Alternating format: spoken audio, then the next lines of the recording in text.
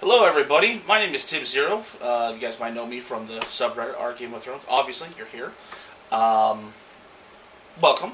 I'm going to be starting a project, as I kind of talked about earlier in one of the posts that I posted about maybe a week ago, where I'm going to be taking A Dance with Dragon, which just came out today, finally, where we're going to just basically go chapter by chapter and kind of talk about, reactions, how we felt, what we saw, what we heard, what we liked, maybe what we didn't like, and hopefully we have a little place to commiserate. So, obviously, this is posted on the YouTube. I'll be posting this on Game of Thrones, our Game of Thrones as well. So please feel free to participate, add your comments, say what you want to say, start the discussion.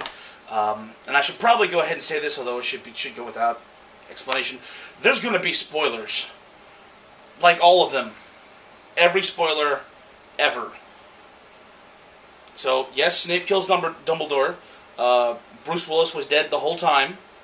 Kevin Spacey was Kaiser Soze, as it turns out. House was wrong the first 2 times, but he was right the 3rd time.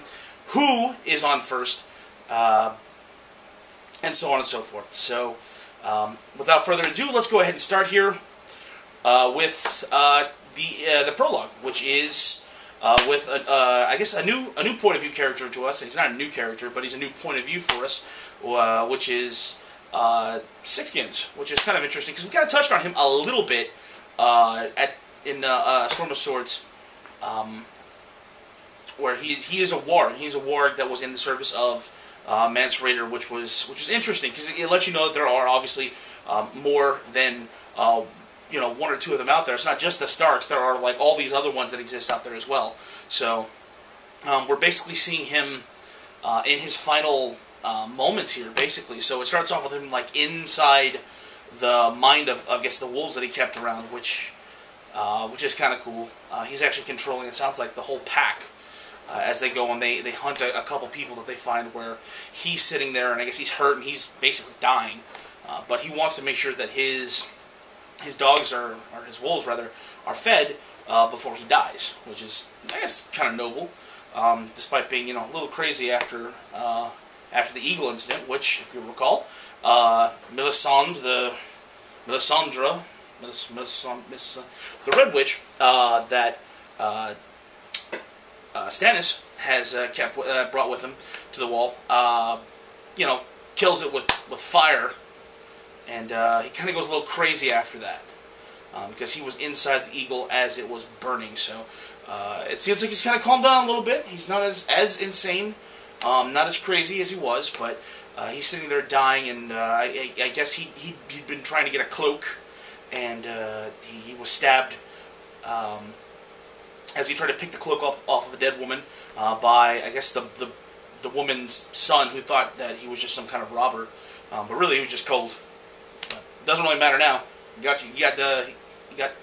shanked, and this woman Thistle has agreed to kind of patch him up a little bit, but it's not looking good. He's opened up his wound, and he's not doing so great. And she's kind of gone off, and I guess in search of food or something, and he's pretty confident that this is it.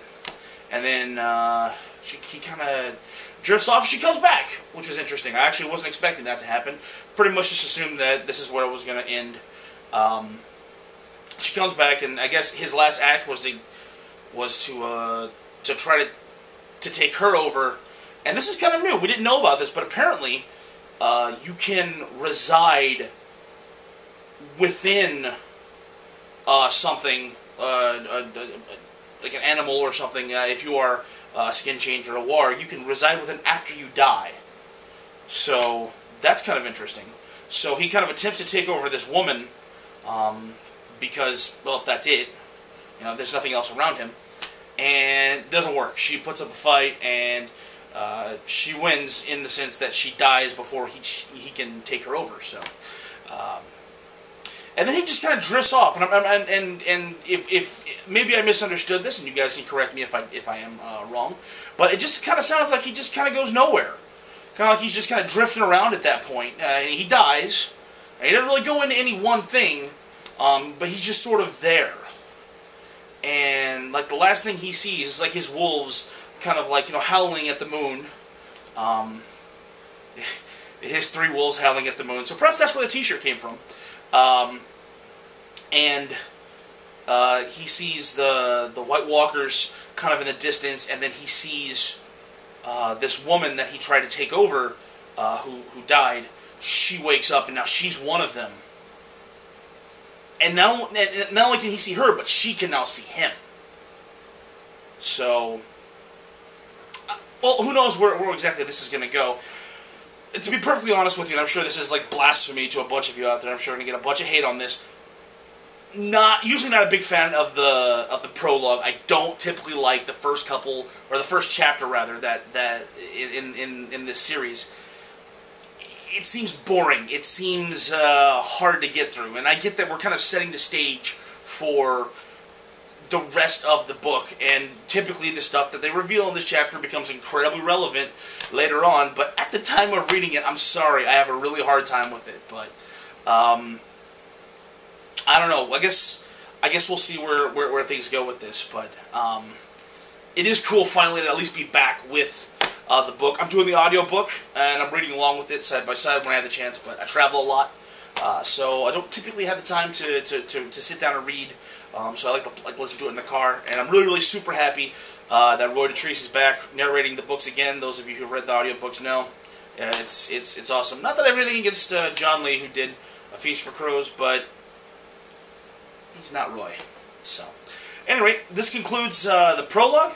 I'll be back as I continue with a couple more of these chapters, so I guess I'll see you guys soon.